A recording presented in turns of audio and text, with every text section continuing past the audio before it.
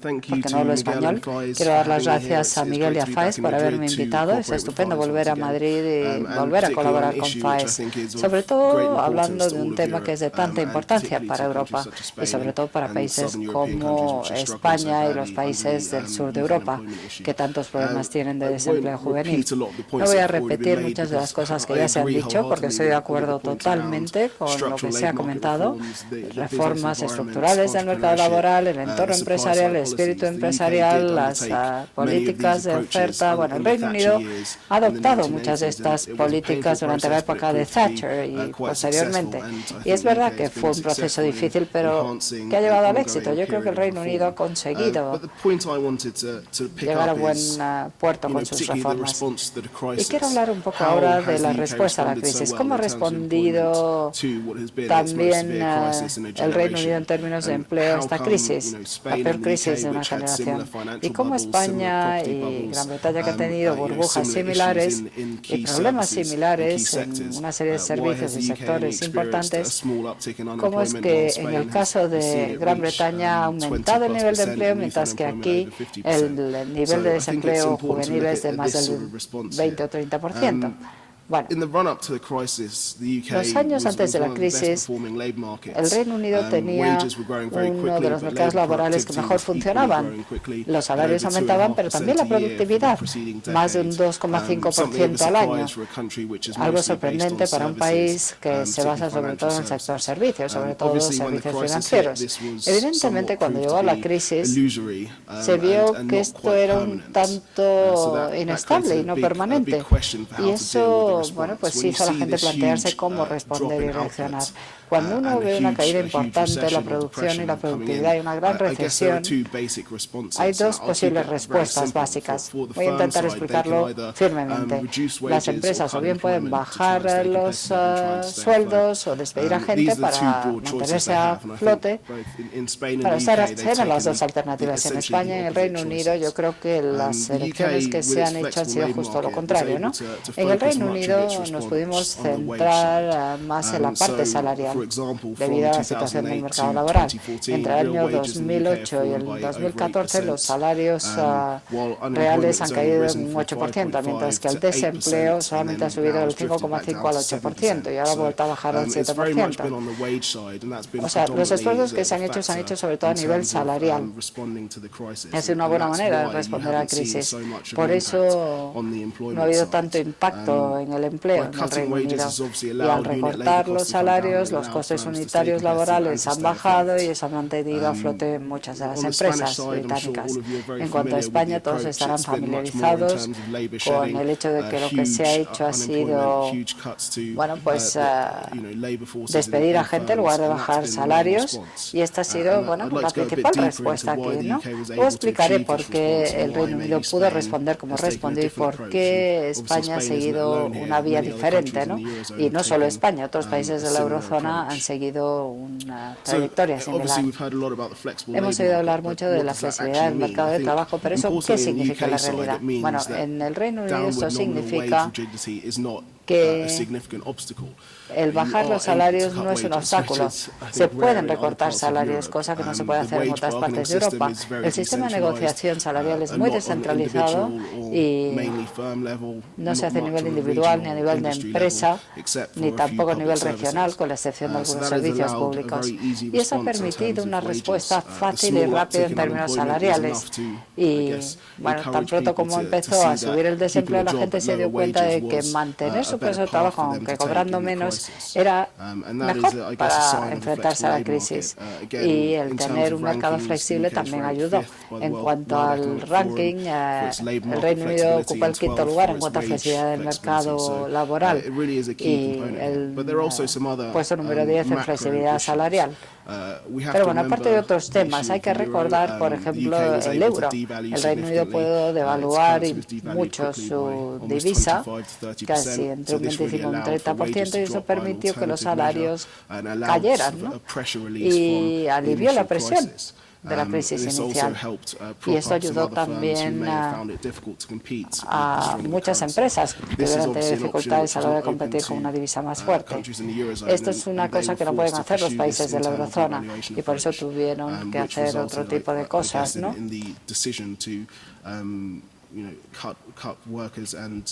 Por eso aquí ha habido que despedir a muchos trabajadores y aumentar el nivel de paro. También deberíamos analizar en mayor detalle por qué las empresas decidieron conservar a sus trabajadores. No fue una decisión consciente. No es que decidieran conservar a sus trabajadores, no, es que esto ocurrió a nivel de toda la economía. Muchas empresas decidieron mantener a los trabajadores en lugar de recortar puestos de trabajo. No está muy claro por qué se hizo así. Hay una serie de factores, quizá el hecho de que pensaban que los costes de despedir a gente iban a ser superiores, a reducir los salarios, pensaron además que iba a ser más rápido de lo que luego fue, pero bueno, hay toda una serie de temas macro también que hay que tener en cuenta. El gobierno actuó mucho con estímulo fiscal a través de una serie de rescates de bancos, inyecciones en el sector financiero. También el Banco de Inglaterra inundó el mercado de liquidez y todo esto ayudó a muchos bancos y a muchas empresas y les permitió mantener unos niveles de empleo que en crisis anteriores no hubiera sido posible, ¿no? No hubiera sido algo viable.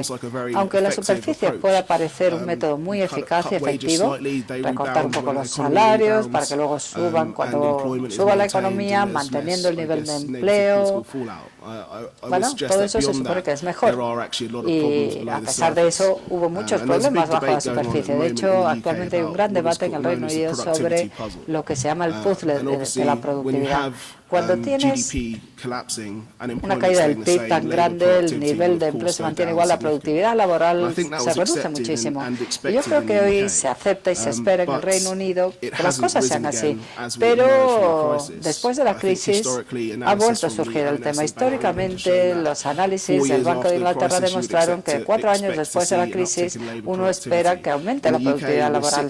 En el Reino Unido han pasado 6 años y la productividad se mantiene entre el 4 y el 5%, por debajo de donde estaba durante la crisis. Y esto se está convirtiendo en una cuestión estructural para el Reino Unido. ¿Cuál es nuestra productividad real? ¿Cuál es el potencial de PIB real del Reino Unido?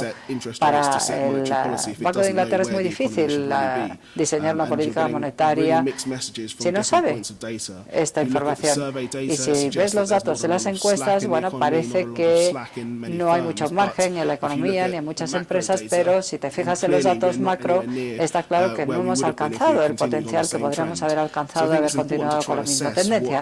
Por eso es importante evaluar cuáles son las causas de esta crisis de productividad laboral que estamos sufriendo en el Reino Unido. Hay varios factores potenciales que podrían influir, aunque ninguno pueda demostrar cuál es la respuesta. Hay una serie de problemas. Por un lado, el crecimiento desde la crisis era insostenible desde el punto de vista del Reino Unido.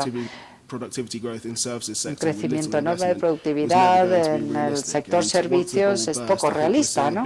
Sin inversión. Por eso se ha producido esa corrección probablemente. Así que, bueno, yo creo que ha sido una corrección sana que tenía que ocurrir, pero por otra parte va a ser un problema duradero, ¿no? Por la manera en que influye la productividad. Luego está la cuestión del realineamiento de la economía. Esto es algo que también se aplica a España. Hablaré de ello al final. Pero debido a los problemas macro que mencioné antes, donde había bancos y empresas rescatadas por el gobierno, por el Banco de Inglaterra, el dinero siguió fluyendo hacia esas empresas y los bancos, en lugar de impulsar el crecimiento económico, sigue fluyendo a estos viejos sectores, ¿no? Y esto influye en la productividad, que se mantiene muy por debajo de lo esperado. También hay que reconocer que estos sectores donde ha estallado la burbuja todavía no se han recuperado totalmente, aunque se pueda hablar de una nueva burbuja inmobiliaria en Londres y una nueva burbuja de construcción, pero todavía no ha despegado realmente y los niveles salarios siguen siendo mucho más bajos que antes de la crisis. Por eso yo creo que esto va a afectar a la productividad todavía durante unos años. Luego hay otros temas como la falta de inversión en la economía general, la disminución del crecimiento del capital, falta de inversión en el sistema educativo, que es otro gran problema en el Reino Unido, por el tipo de trabajadores que están saliendo del sistema educativo, que siguen siendo trabajadores más orientados al sector financiero que los nuevos sectores que nos gustaría que crecieran. Y también hay otros problemas subyacentes. Todo el mundo ha hablado del desempleo juvenil. Yo no creo que el Reino Unido haya hecho un buen trabajo aquí. Estamos hablando de un 17-18% de desempleo juvenil en el Reino Unido, que sé que para España suena algo ideal, ¿no? Pero históricamente es una cifra bastante mala para el Reino Unido y es algo que afecta a toda Europa. Necesitamos hacer un esfuerzo europeo para reducir el desempleo juvenil. Hemos intentado trabajar en toda una serie de cosas, pero hay muchas dudas de si se debería tener a esa gente como becarios o pagándoles, etcétera. Una de las cosas que se ha hecho ha sido contratar a trabajadores jóvenes a tiempo parcial. Y esto ha llevado a otro problema, que es el infraempleo, ¿no? Un gran porcentaje de la gente que trabaja en el Reino Unido querría trabajar más tiempo. Son trabajadores a tiempo parcial, pero les gustaría trabajar a tiempo completo. Y eso se está convirtiendo en un problema estructural en el Reino Unido, porque cada vez se contrata más a tiempo parcial. Y esto, pues está también afectando a la productividad y también al crecimiento. Aunque es verdad que hay cosas buenas en el Reino Unido, lo cierto es que antes de la crisis los salarios aumentaron rápidamente y el crecimiento de productividad que se consiguió durante la crisis no era sostenible, ¿no? O sea que hay cosas que hay que abordar, y desde ese punto de vista el Reino Unido yo creo que tuvo razón siguiendo la vía que siguió con los salarios, reduciendo los salarios reales, pero por otra parte creo que el tema del desempleo tiene efectos a largo plazo, porque lo que hace es propagar la vieja estructura económica. Yo no creo que el crecimiento futuro del Reino Unido vaya a venir por los servicios financieros, la construcción y la vivienda. Nos gustaría que se desarrollaran otros sectores, alta tecnología, energía, manufactura, y nos gustaría que se recuperaran y mejoraran. Así que la gente que está parada es muy difícil que entre en nuevos sectores y por eso no estamos creciendo lo que deberíamos. En contraste con lo que ha ocurrido en Alemania, lo que ocurrió en el Reino Unido durante la época de Thatcher, pues el proceso fue duro y difícil, pero una vez que acabó, estaba claro que el capital empezó a fluir donde tenía que ir y la gente empezó a ser más productiva y empezaron a surgir nuevos motores de crecimiento. En este sentido, estas son cosas que nos preocupan sobre el mercado laboral del Reino Unido.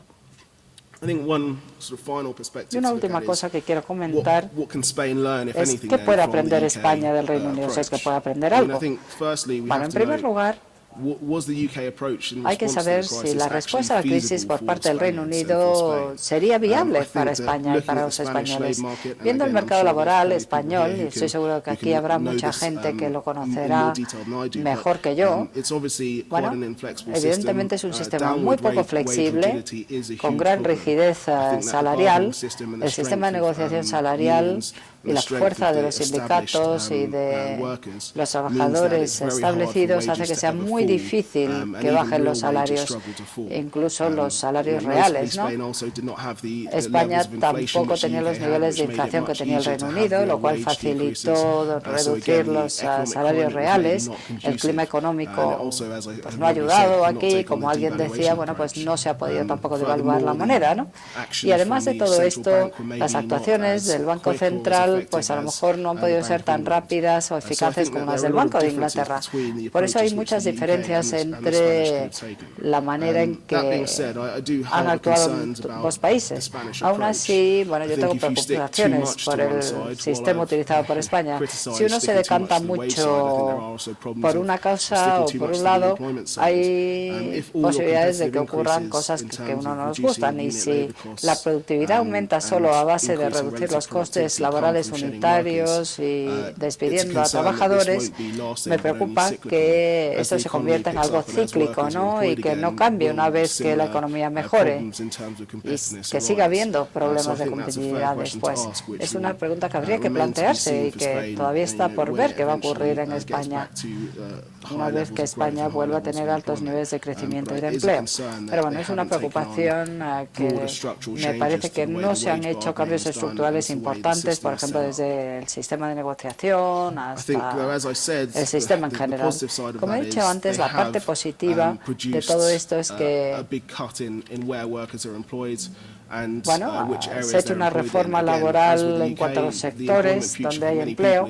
En el Reino Unido el futuro no va a estar en la construcción, ni en la vivienda, ni en la inmobiliaria, ni en los servicios financieros. Probablemente estará en otro sitio, pero la pregunta es si España ha creado las condiciones necesarias para que los trabajadores cambien de trabajo. Yo creo que eso no ha ocurrido todavía. Y si escuchas lo que ha dicho Pablo y han dicho otros, todas las reformas que habría que hacer para que la gente busque un puesto de trabajo en otro sector no se han producido todavía. Hay que cambiar el sistema regulatorio, la parte educativa, formación y, bueno, invertir en capital humano y no tanto en infraestructura, ¿no? Esto es algo que no se ha hecho todavía aquí. Y ese sería el siguiente paso. Después de haber decidido si se quiere reducir la presión en el lado del empleo, pues hay que hacer estas cosas. Y una última cosa que quiero decir es, bueno, ¿es un método más fácil que el otro desde el punto de vista político? Bueno, yo creo que todos somos conscientes de cuán venenoso puede ser un aumento importante del desempleo. Ya sabemos que cuando ocurre esto suele haber una revolución política, ¿no? Y eso lleva a una inestabilidad política. Pero, como dije antes, en el Reino Unido actualmente hay un gran debate sobre lo que se llama la crisis del coste de la vida. Una gran parte de la población del Reino Unido ahora tiene salarios que no les llegan. Antes había mucha inflación, ahora un poco menos. Y el gasto público también se ha reducido. Y hay gente que está perdiendo su puesto de trabajo, por lo cual eso está creando un clima en el cual la gente ve como sus ingresos se reducen. Y esto, políticamente hablando, hace que la situación sea difícil, aunque no se haya llegado al mismo nivel de desempleo que aquí. Yo no creo que haya una forma de hacer las cosas mejor que la otra en todo, ¿no?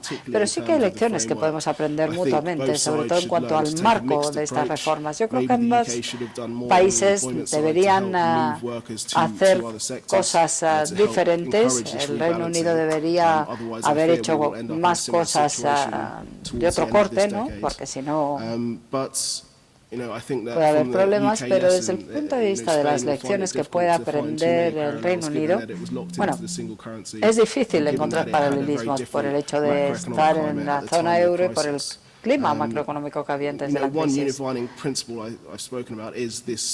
principio muy importante es reequilibrar y encontrar nuevos sectores de crecimiento.